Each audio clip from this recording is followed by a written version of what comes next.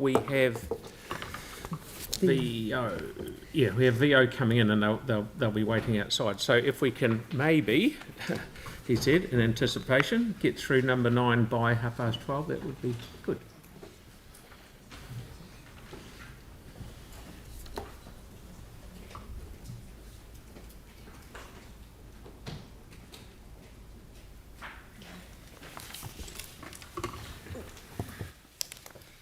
Kia ora tātou. I'll very quickly introduce this item, which is the review of the solid waste bylaws that is due to go out, well, the request is to go out to consultation on a new bylaw. The aim is to combine 2 bylaws that we currently have, the Waste Management bylaw and the Clean Fill and Waste Handling bylaw, into one. This will be the new bylaw the draft bylaw that is proposed is attached, and the terms and conditions are attached to the report.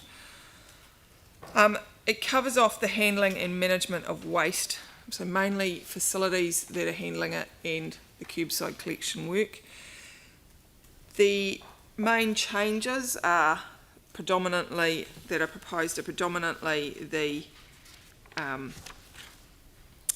combination of 2 bylaws into one, which will reduce confusion and reduce administrative burden for both parties. We're also aiming to enact the changes that were indicated as from past consultation with regard to the opt-out options and the variation in bin options. It'll also require management plans for large events and construction activity to reduce waste going to landfill, and address issues regarding things like unaddressed mail, flyers and donation boxes. What it doesn't cover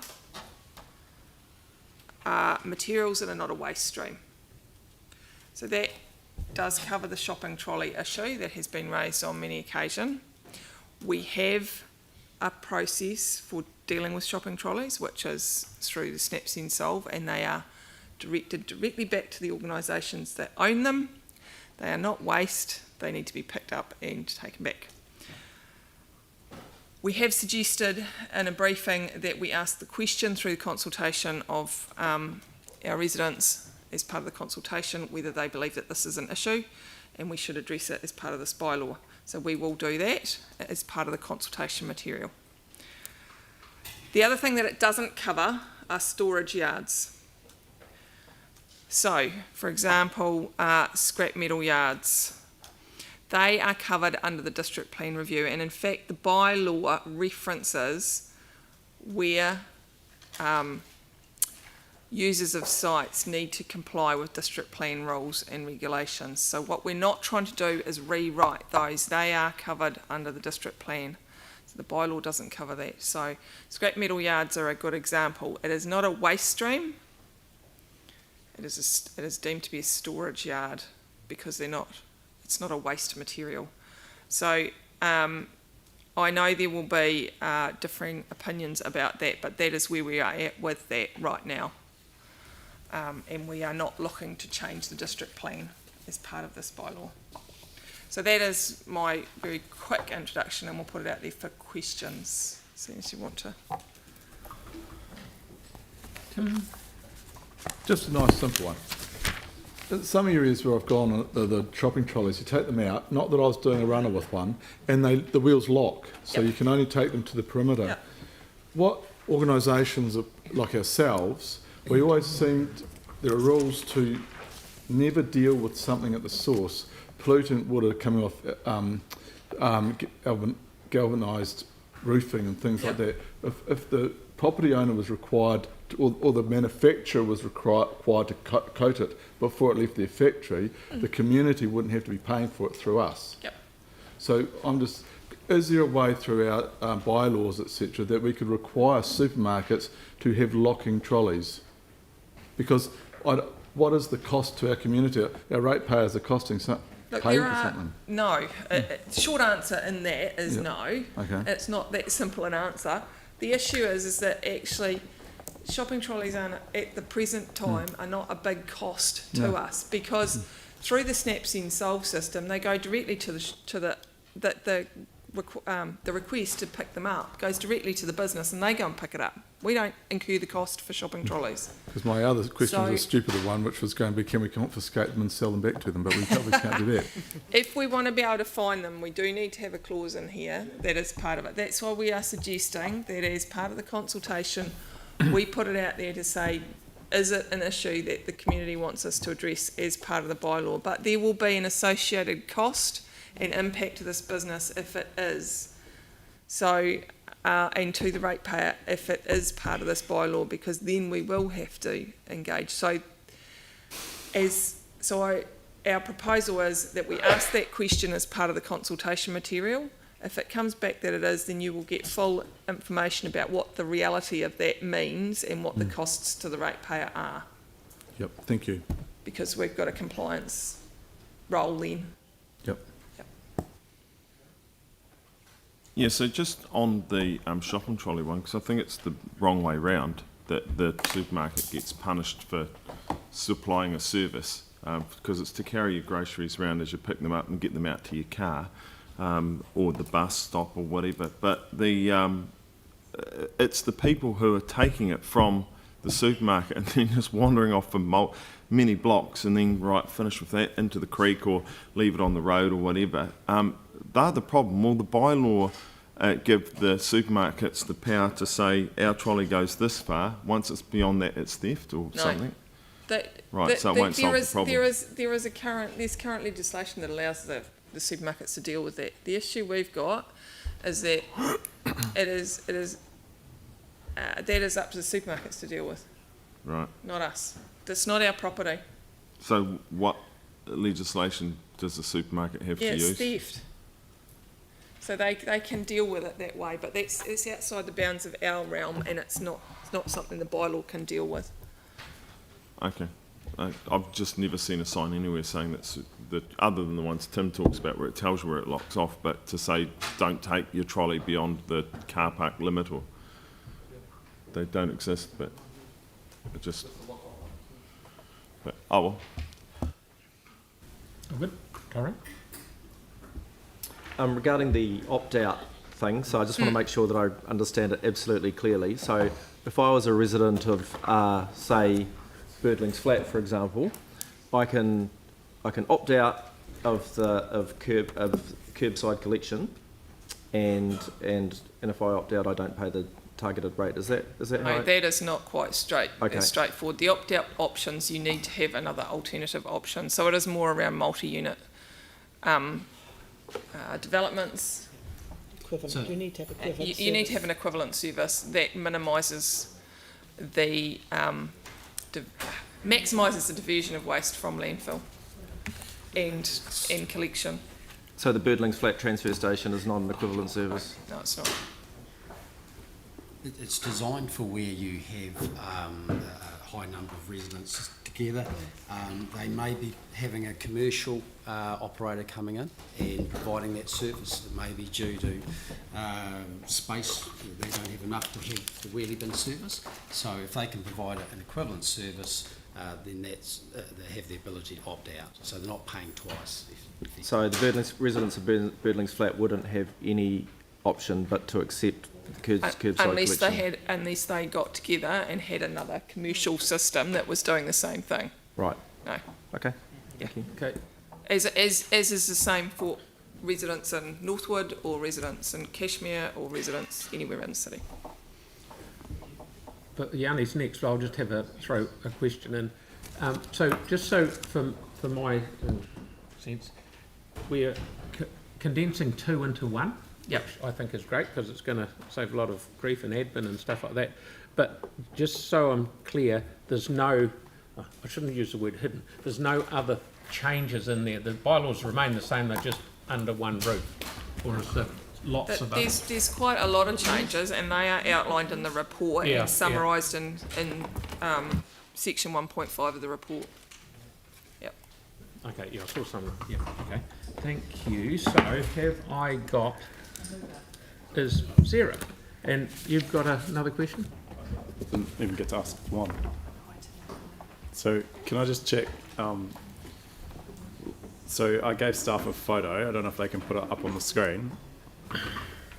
I just wanted to check with staff if that would be more than 30 tonnes of waste and whether that would be covered in the bylaw. No, that's not more than 30 tonnes of waste because that's not deemed to be waste. So that's just on Garland's Road and it's just It a is whole bunch of not, that demolition. is not waste. debris? That's not waste. That is not waste. And the definition of waste is in the Waste Act, which is what we're Right. So what about like a demolition, like in the bylaw, you state that there's other waste matters, construction and demolition waste management plan. And so the definition of waste under the Act is material that's going to landfill. disposal to land or incinerated. Right. so And that is not going for disposal to land or to be incinerated. It is not waste. And it is a valid use of an industrial site under the district plan. sorry, but that's like the demolition of those buildings was just left on the site. So that's mainly demolition material from the So that building. was the car parts. Would they require? It's metal, it's car yard. That's the scrap metal yard, isn't it? It's yeah. It's scrap metal. There's a lot of demolition waste in there as well. So just hypothetically, like, so if someone was demolishing like that massive brownfield site, under this proposed bylaw, would they need to get a WMP around? If they are disposing to landfill or to incineration, they will need a waste management plan. Right. But if they are not, it is not deemed to be waste. There's Yep, also that's a good answer, thank you, Lynette. proposed amendments to the Building Act, which is just looking at having construction and demolition waste management plans as well. Right. So the only thing we can do around things like this, which is basically a big pile of rubbish, is the only thing we can do is through the district plan. We can't do anything through this bylaw. This bylaw does not cover stuff that is not waste. So And the officer advice is really clear. And the shopping trolley, the Auckland City Council have a really good, like they've got quite a good detailed section where they do talk about shopping trolleys, litter Yep. act as well. So just in the information, the consultation document, I guess the concern is that if people do make submissions, and thank you for agreeing to put that in, I just want to avoid the situation of people making submissions to get something done on it and then that being ruled out of scope of the If it's bylaw. part of the consultation questions, it won't be ruled out of scope. Right. But what we will need to do is provide you with clear factual advice on the implications of that potential change, which may be a cost implication and a resourcing implication for the organisation. But- And you will need to make that decision. Yeah, but in our report, the analysis says that to do anything on shopping trolleys would appear heavy-handed. And I was just trying to understand, like, what's behind that analysis, given the fact that at the moment the community is having to take the responsibility of dealing with the issue in terms of reporting versus. Can I just be really, really clear on shopping trolleys? Okay, I'm not sure how the community's taking the responsibility because we send the request to go and pick them up back to the owner, which is the supermarket, and they pick them up. Because people have to continuously report it. We've looked at last year's complaints, we found 2. I think we've gone far enough on a $3 shopping trolley just at the moment. Thank you.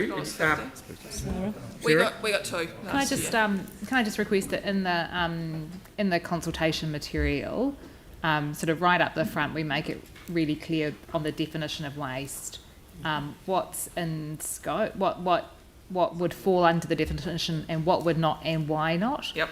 And if we've got that at the front of the consultation material, then it makes it less likely that people will comment on things that aren't within scope of the consultation. Thanks. Okay, yeah, very good. So where are we at? Have you got a mover and seconder? I've got a mover and the seconder is Tyler? So Or was it a Simon question? moved, Tyler. There's a second. No. Okay, so we're now going to move and sector. Is there any discussion, debate, please? Yannick? I mean, I think it's a real lost opportunity to address the shopping trolley issue. In Auckland, their council actually has in their bylaw, they have a really good section on shopping trolleys, which I've circulated to you. It just provides some practical ways in which you can get better regulation. I do think it's inherently unfair, and this is a quote from someone in Auckland who spent days repeatedly complaining about shopping trolleys being littered. And they asked, is it practical for the community to have to make multiple phone calls to ask for our neighbourhood to be tidy? I don't think it's reasonable for everyone else to spend a couple of hours on this type of thing. And really, this is about whether we want the burden to be on individuals in our community having to police shopping trolleys, or whether the people that are responsible for bringing them into the country or having them used should take responsibility for them in a preventative way. And I'd much rather prefer that we try and address the shopping trolley issue at source, rather than after they've been left in our rivers, left in our parks, left on our roads, and create an eyesore for local communities. I don't think it's fair and heavy-handed to put the responsibility back on those who are providing the shopping trolleys to begin with, or those that are using them, rather than on our local communities, who we expect to have to be the police and the eyes and ears of the council. And there's some very small practical things that we could be doing through this bylaw to improve the regulation around shopping trolleys. And I just don't believe with the staff assessment that it would be heavy-handed for us to do so. So I welcome the opportunity for people to be able to make submissions on this bylaw, and it's good that staff will reference in the consultation document that ability around the issue of shopping trolleys. I do think there's another gap around the whole scrap metal resource recovery, where you can effectively get waste dumps by stealth set up in local communities with all sorts of issues in terms of visual amenity and impact on local neighbours in terms of noise, dust, stormwater runoff, etc. And it does seem to be a bit of a shame that for whatever reason these are excluded. I appreciate this advice that staff have got, but I think if anyone went to that Gullens Road site, to say that that's not rubbish is pretty far-fetched. It's a massive mountain of rubbish that's just been stockpiled for years, and it should actually be addressed under this bylaw. Thanks. I'm really happy to send this out for consultation. I think that it's up in the schedule. It needs to happen. We need to be super clear what's in scope and what's not in scope. And let's be clear. I'm just going to address this supermarket trolleys to start with. Supermarket trolleys have a value to the supermarket, and they do want them back. And whenever I've snapped and solved it, they've been really quick in picking them up, because actually they want them back because then their customers use them and it saves them costs. So reporting them rather than complaining all the time is a really good way to go. Let's also be clear that the supermarket trolleys tend to turn up in some of our more deprived neighbourhoods. And frankly, that's because most people there don't own cars. And so if we are punitive in this, if we are making sure that people can never take a supermarket trolley off-site at the supermarket, what we are doing is we're limiting the ability for some of the poorest people in our cities to get their groceries home. Yes, it's an issue when they don't go back to the supermarket, but I don't know if you've pushed a supermarket trolley very far before and up and down footpaths and over curbs and bits and pieces. It's not easy. It's not fun. But for the most part, they are people getting groceries home and not just taken out for joyrides. And I think that whatever measures we take shouldn't be punitive, and they should encourage and allow the supermarkets to get their property back without us destroying a way for those in our society who don't own vehicles to be able to get their groceries home. Thank you. And once, Aaron? Well, and I must say, and it is good that we're fixing the footpaths so we can push Aaron. Well, I will speak to the shirt that I'm wearing today around the shop. First, I'll call out Yanni's comment around that being a pile of rubbish down there. It might not be the best location in the city for that metal, although it is on a main trucking route, so it makes sense. But like staff said over and over, and they're not allowed to talk during debate, unfortunately, it is not rubbish, it is a resource. This is a council that pushes recycling. It is a recycling resource, so to call it rubbish is not cool, because you normally pay to dump rubbish and they pay people to take that stuff away. So it is a valuable resource to the planet that shouldn't be wasted. It's not rubbish. So I will call you out on that, Yanni. And the other one is around the shopping trolleys. While I don't disagree that some people can't afford a car or don't have a car and probably don't own a wheelbarrow to take to the supermarket, or a bike, or a reusable bag, or any other thing that would help you get your groceries home, I'm okay with someone taking a shopping trolley home to get their groceries home, but take the thing back. Not taking it back is called being lazy. Okay, it is nothing short of being lazy. It is someone else's property. It is an eyesore to the city and to other people and can be a hazard. It's just take the thing back. If you're going to take it away, it's just that simple. It is just pure laziness.